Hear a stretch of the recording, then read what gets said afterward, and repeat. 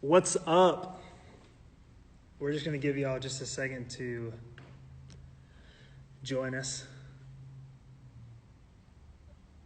Come here, Anna. You can come say hey to these people. What's up? Hey, Caitlin. Well, and I'm glad Tessa. Ioana. I'm glad that she joined. Maggie, what's up, girl? Hey, Charlie. Today, Hey, Elizabeth. Hey, Chloe. Today, I was filming a Clarence video, and I drove past some of your homes, and you won't know till you see the video. Look at all of them. They're Fun just so stuff. excited. Yeah, say what's up when you get here. Be like, what's up, bam? Hey. Lauren Clayton, what's up? Emmeline. Hey, girl. What's up, guys? Well, what is up with me? Yeah, what's up with you, Luke? Well, it's about to rain. I like rain. I've got some spaghetti waiting for me at the house. Pretty excited about that. I got new shoes today. But I'm most excited about Fusion tonight. So I'm going to wait just for a couple more people to get on. Anna's doing something. What's up, E-Walls? Hey, Max. Carmen.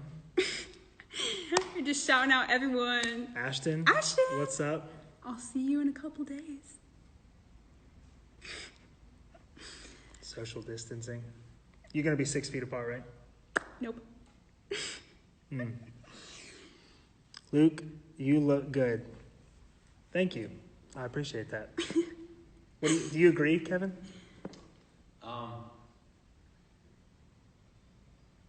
Trying to understand your patriotic fish. There's so much hesitation on It was that one. $5 from Academy Sports. So Are fish patriotic? What makes a fish an American fish? They live in America. yeah, when it was born in an American stream. All right, y'all. What's up? We are so excited. I'm gonna go ahead and get this rolling. Again, super excited that y'all are here. I have never welcomed before, and so, well, I guess I have, but just not on this side of the screen. So, again, welcome to Fusion. We're throwing a bit of a curveball at y'all again. We're gonna have a special guest join us here in just a minute, and then Kevin is gonna bring the word, and then we have some awesome announcements at the end. But I'm gonna go ahead and give it to Anna, and so I love you guys, and welcome to Fusion. What's up, guys? All right, so if you saw on our Instagram story, we have a special guest. Ioana is going to join us. Let's see, there she is. Questions just about what's going on in her life right now. So we're just waiting for Ioana to join. Hey, Daniel.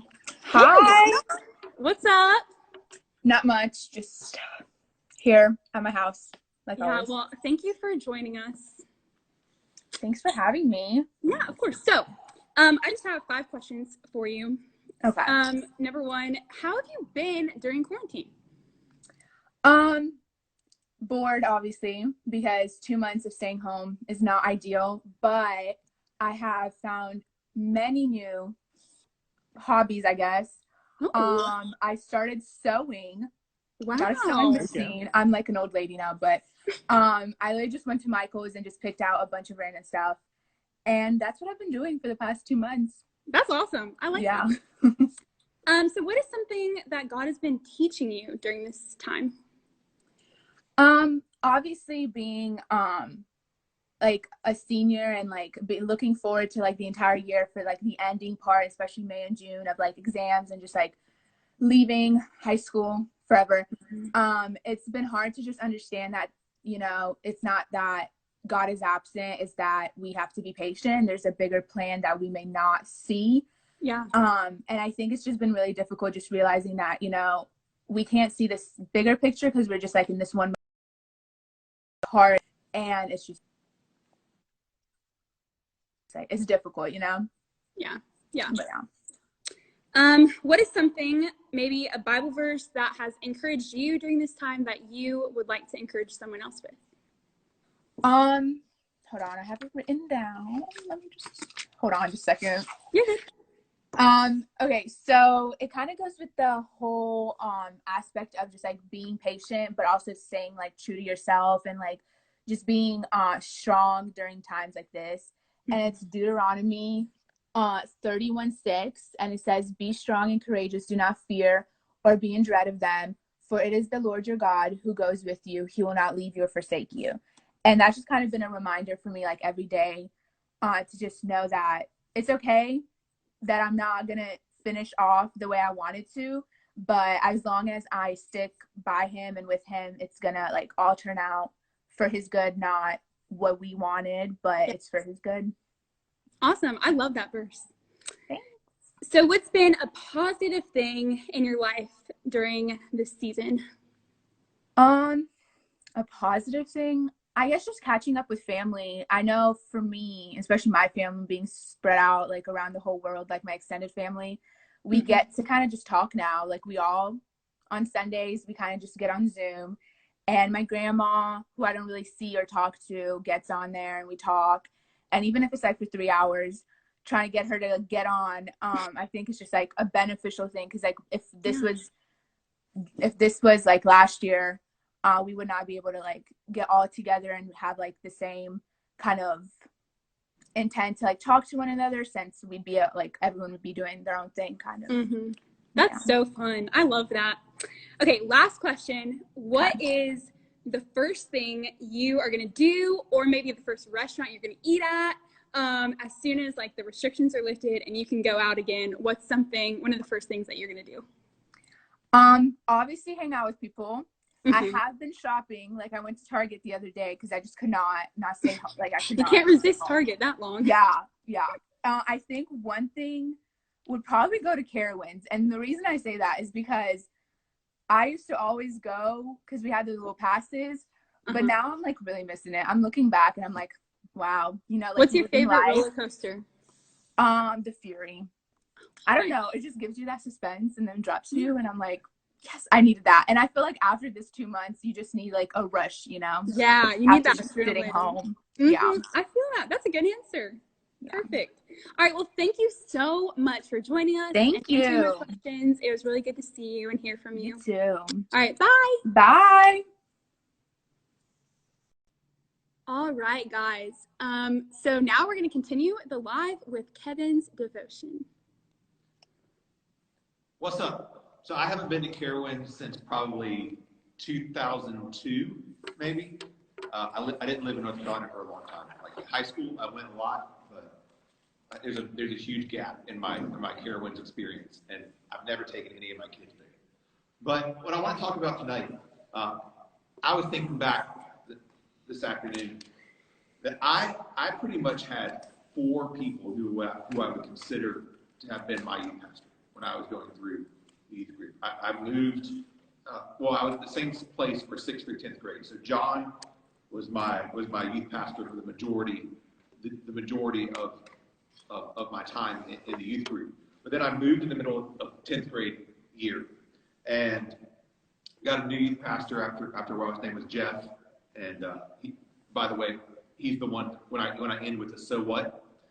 I'm copying my youth pastor. That's where I got it. It's not mine. So he's a so what preacher. And then Jeff, he took a different pastor role at our church. So we brought in an interim youth pastor for most of my senior year. His name was Robert. He was also my baseball coach my junior year. And Robert and I still hang out. And we still talk on the phone pretty regularly. And then right at the end of my senior year, so about this time, about April, the church hired a new youth pastor. His name was Brian. And of course, I had senioritis really badly, and I was way too cool for high school and all those kind of things.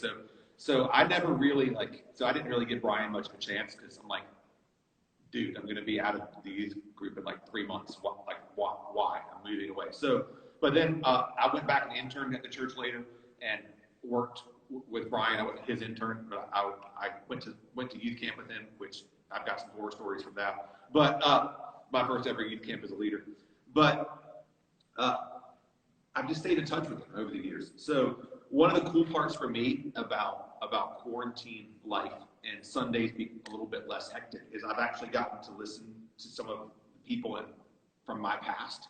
So Sunday I listened I listened to Brian's sermon, my old youth pastor, and it's been something that I've just been chewing on this week. Something that because of his words to his church, he was talking out of a book that I've never preached out of before, Habakkuk, which it's in the Old Testament. Some of you think I just coughed. No, his name is Habakkuk. But when Brian talked about that, it's just been something that God used in my life, what's been going on here and in here. So I just want to jump in to Habakkuk because he asks some really good questions. And I think it's really relevant for the things that we're feeling, the things that we're experiencing right now. So I'm going to start at the very beginning. It's a very good place to start. I like to quote The Sound of Music too. That's a great song.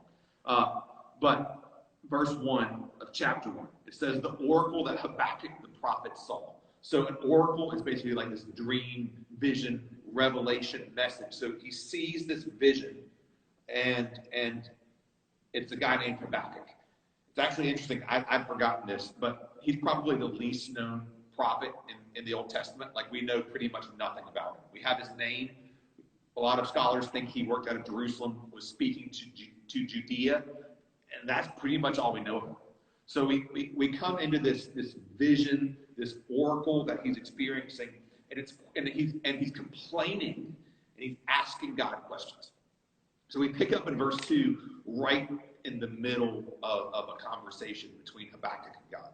And this is what it says. This is Habakkuk talking. Oh, Lord, how long shall I cry for help, and you will not hear? Or cry to you violence, and you won't save? So he's just basically saying, God, how much longer? How much longer is this going to go on? He's not just starting these questions. It's like they've been happening. He's been asking them and keep asking them. And he feels like his prayers are just hitting the ceiling. Like he's doing the thing that he should be doing as a Godfather. He's talking to God. He's saying, God, you got this. But then it's just nothing's happening. It's just no answer. Nothing. How long, God, are you going to make us wait? 7 weeks? 9 weeks? 10 weeks? I'm now talking about our situation. This is fusion number 7 that I'm talking into a camera instead of into your beautiful faces. Some of them not beautiful, but we won't go down that list right now. But how much longer? And he doesn't know how much longer this is going to happen. It's been going on, and there's no sign of it changing. And he's getting frustrated with God. He's saying, what's up? How long are you going to make me sit here and beg, God? How much longer until you answer me? And then he talks more about his context. And he's saying, how much longer? But he says, as that's happening, God, I'm surrounded by a mess. Look at verse 3. So why do you make me see iniquity? Why do you make me look at sin? Why do you, God, idly sit back and look at wrong? Destruction and violence are right in front of me. Strife and contention rise up. So not only, God, are you making me wait, you're not answering me, but at the same time, I'm surrounded by sin. And God, you can see this. You're all-knowing. You're all-powerful. And it's happening right in front of me, right in front of you, God. What's up with that? Not only are you sitting there watching sin happening, but destruction, and the world is falling apart, and people are arguing, and still nothing. I'm praying. I'm watching. And God, where are you? Like, you sound like a Carolina fan after their basketball season this past year. Like, there's nothing. Just silence. And then it keeps going in verse 4. So the law is paralyzed, and justice never goes forth. For the wicked surround the righteous, so justice goes forth perverted. So, God, it's not just that bad things are happening and you're not doing anything. It's like justice doesn't exist. It's not fair. The world doesn't work the way that it's supposed to work. The bad guys are winning. Your children, the people that are trying to honor you, we're missing out. We're hurting. How long are we going to keep telling you that, God? Keep on saying, where are you? But then in verse 5, we get to God's answer. It turns from Habakkuk's question into God's answer. And this is what God says. Look among the nations and see, wonder and be astounded. For I'm doing a work in your days that you would not believe if told. So Habakkuk is sitting there thinking, God, you look like the villain here. God, you look like the coward or the cold-hearted person or the powerless person. Like, you're supposed to be God, and all this is happening. What's up with that? And God just goes and said, wait. Look around. I'm doing a work right now in your days, in your life, that if I tried to tell you what it was right now, you wouldn't believe me. Like, you would just say, ha, yeah, right. It would be like me back in high school. Like, if you told high school Kevin that they were going to make a sequel Star Wars trilogy with all the original cast, Luke Skywalker, Han Solo, Princess Leia, Chewbacca, they'd all be back. But I'd hate it and think it was terrible and they shouldn't have even made it. I was like, you're crazy. They're bringing Luke Skywalker back up there. But they did, and it was awful, and I wish it had never happened. So it's like, I wouldn't believe you if you told me that they would bring the real Star Wars cast back, and it would be something I never really want to watch again. When it comes out on Monday on Disney+, well, I probably will watch it one more time. But then after that, like, I'm not going to, like, watch it over and over. Like, so I wouldn't have believed you. But that's what God's telling Habakkuk. Habakkuk, I'm at work, but you're not ready to hear what I'm doing, because it's from your perspective, Habakkuk, like this is going to blow your mind. So I'm going to read verses 6 through 11, and there's a lot of language in here, in illustration, and it's saying a lot to make one point. So this is what verses 6 through 11 say. So I'm doing something that you're gonna wonder, you're gonna be astounded, you're not gonna believe it. Verse 6, for behold, I'm raising up the Chaldeans. That's the Babylonians. That's the bad guys. That would be like in America, saying, hey, I'm gonna, like 10 years ago, I'm gonna use the Iraqis, or like now the Iranians, or the Russians, or the Chinese, whatever, or the terrorists. Like, hey, get this, I'm about to work through the bad guys. I'm about to work through the people who are out there, the ones who we're all afraid of. So behold, I'm raising up the Chaldeans, that bitter and hasty nation, who march through the breadth of the earth to seize dwellings not their own. They're dreaded, fearsome. Their justice and dignity to run away from themselves. Their horses are faster than leopards, more fierce than the evening wolves. Their horsemen press proudly on. Their horsemen come from afar. They fly like an evil, swift to devour. They all come for violence. All their faces forward. They gather captives like sand. At kings they scoff. At rulers they laugh. They laugh at every fortress, for they pile up earth and take it. Then they sweep by like the wind and go on. Guilty men whose own might is their God. So, get this. Habakkuk saying, God, why aren't you answering our prayers? God's saying, get this. I'm about to answer your prayer. I'm actually in the midst of answering your prayer, but I'm working in the bad guys. I'm working in the people who don't give a care about God, who don't believe in God, who would want the opposite things of God.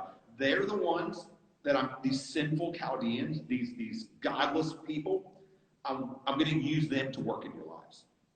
And of course, what he's saying, it's going to be judgment.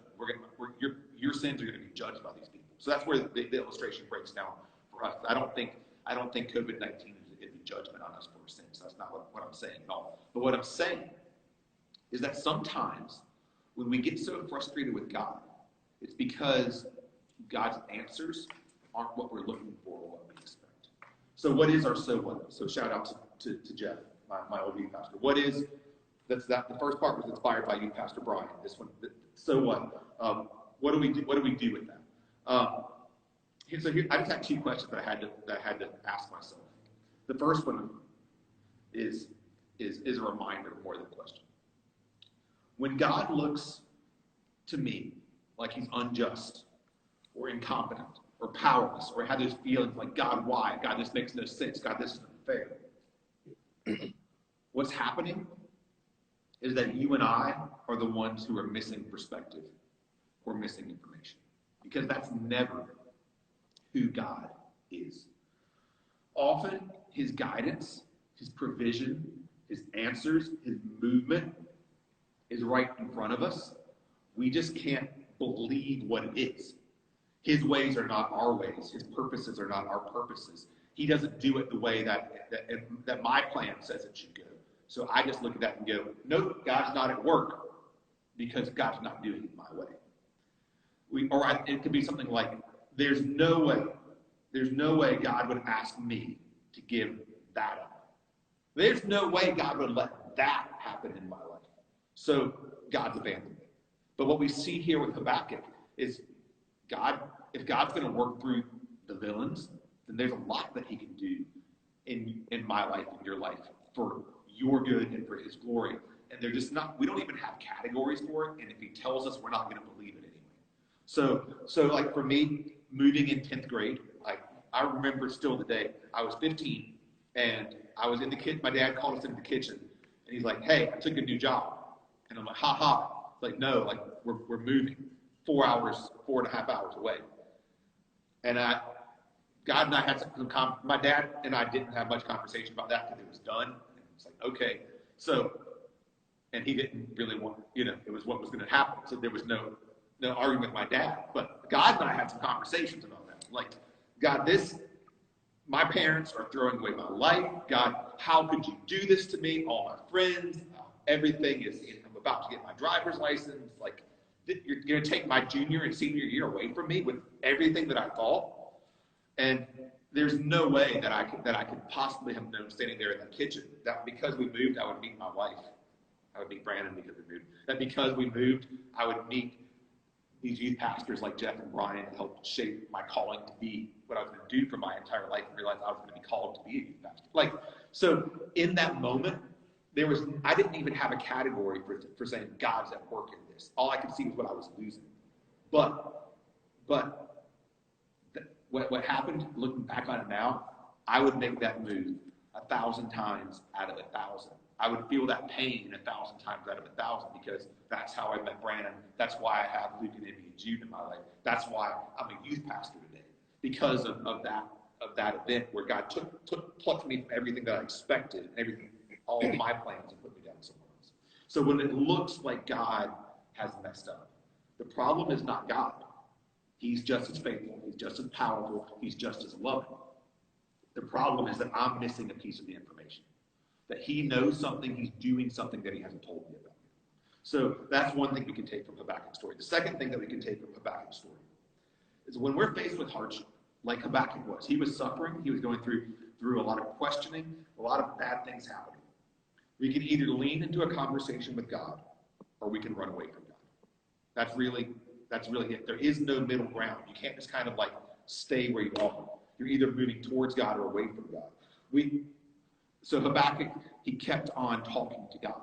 In the midst of his mess, he didn't just take his ball and go home. He didn't just say, well, God, forget this.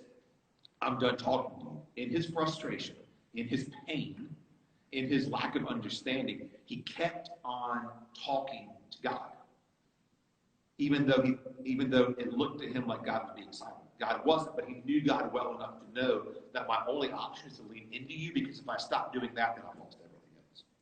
So we either rest in God as the answer to our circumstances, to our frustrations, to our hurts, to our depression, to our regrets, to our fears. We either rest in God as the answer, or we seek lesser answers, or we just seek distractions to make us not think about it at all. We are people that are looking for answers. We have to find it somewhere. So we either numb ourselves to it or we start looking for lesser answers. There's no in between. We either rest in God or we start doing these things. And these lesser answers will do more than appear to fail us. They will fail us. They will devastate us. Whether we're looking for control, whether we're looking for affirmation from other people, whether we're looking for distraction in just fantasy like video games, or in websites that as you're spending a lot of time on your phone you shouldn't be clicking on, and looking at things and distracting yourself with sinful things or with just wasted time things. We get stuck in those things when we run away from God. So we either rest in him, in his promises, no matter what we feel or no matter what our circumstances look like, or we're settling for lesser things. And there's no in between. So as we look and question with Habakkuk, it's okay to talk to God honestly. It's okay to pour your heart out in front of him and to be frustrated and to be hurt or to be excited or to be apathetic. These are feelings that we actually feel. It's way better to talk to God in honesty with where we are than it is to put on a fake church word or just to say, well, God, I'll start talking to you again when I feel like it. So keep the conversation with God going, even when it's hard, even when your feelings aren't there yet. Because I promise, God is at work. Just like Ioana said in Deuteronomy 31:6, or I go back all the time to Deuteronomy 31:8, a couple verses later. He is going before us. He is with us. He won't leave us. He won't leave us stuck. So we don't have to be afraid or discouraged. That's his promise to us, whether you feel it or not, whether you see it or not. It's just as real. So let me pray for us. Actually, I'm not going to pray for us. I'm going to let Luke pray for us after the announcements. But thanks for hanging in there. Thanks for listening to an old man ramble. Happy Fusion, number 7, talking to a camera, actually Anna's camera, all 7 times. All right, y'all. So, again, thank you, Kevin, for just reminding us that God is in control, and that He listens to us when we pray. So, just a couple announcements, guys. First of all, thank you for sending in your scare video. If you have not seen that, it's on the YouTube channel. It's just a collaboration of a bunch of people scaring other people, and it's hilarious. There was dear Clarence making his appearance. He did scare me a little bit. So a part 2. So if you have either an older clip of you scaring somebody and it's hilarious, or if you just want to do that this week, if you're looking to do something and you want to scare mom and dad or brother and sister, if you want to scare your kids as well. That's what we want, parents. We want you to scare your kids and send us the video. Yes, please do. Send it to Anna, or if you don't have her contact information, just send it to the Instagram page, or to Kevin, or to myself, and we'll get it to her. Also, we are thinking about doing, we are going to do a 30-second talent show. So what we want you to do is send a 30-second clip of you doing a talent that you have, whether it be you're juggling, or you can sing something, or play an instrument, or if you can hold your breath for 30 seconds, or whatever. Just be creative with it, and also send that to Anna as well. Contact information, just message the Instagram if you don't have her contact information for that. Also, coming up in May, we're still playing around with the dates. We're going to have a virtual game night, and so it's going to be over Zoom. So we're going to have a high school and a middle school, different times, game night. And so be looking on the Instagram and the Facebook for more details on that. Last but not least, Bill Foster this Sunday night is doing a video. It's kind of like a 411 style. And so he's going to be doing it in place of Kevin's Sunday night update as well. And also, leaders, we are not doing our meeting. We want you to also join and watch Bill's video. And so that will be Sunday night. There's going to be more information coming out for that. 5 o'clock. Okay, at 5 o'clock on Zoom. And so it's going to be called Dreams and Visions. And so how does God speak through these in the Bible? So I'm super excited about it. I'm super excited to see what Bill does with that. So guys, we love you. Let me pray for you real quick, and then we'll head out. So Father, we thank you again that you do not leave us. You do not forsake us. And Father, help us to be courageous during this time. You want to remind me that we can be courageous because Jesus is alive, and he gives us the hope each day to live life to the fullest for you. Father, you ask, or you tell us to ask for wisdom, and you're going to give it to us. So we're asking for that as well. Father, help us to be patient with our families, and to just get along with one another as well. God, we are anxious to get out of our house, to go and get back to normal, to hang out with people and everything. But Father, during this time, help us just to lean on you. Help us to lean on your word. Help us to dig into the word this week. And God, we again just thank you for Jesus. And I pray this in Jesus' name. Amen. Guys, we love you. Y'all got anything else you want to say? Bye. Bye. Adios. Adios. See you later. And now? Mhm.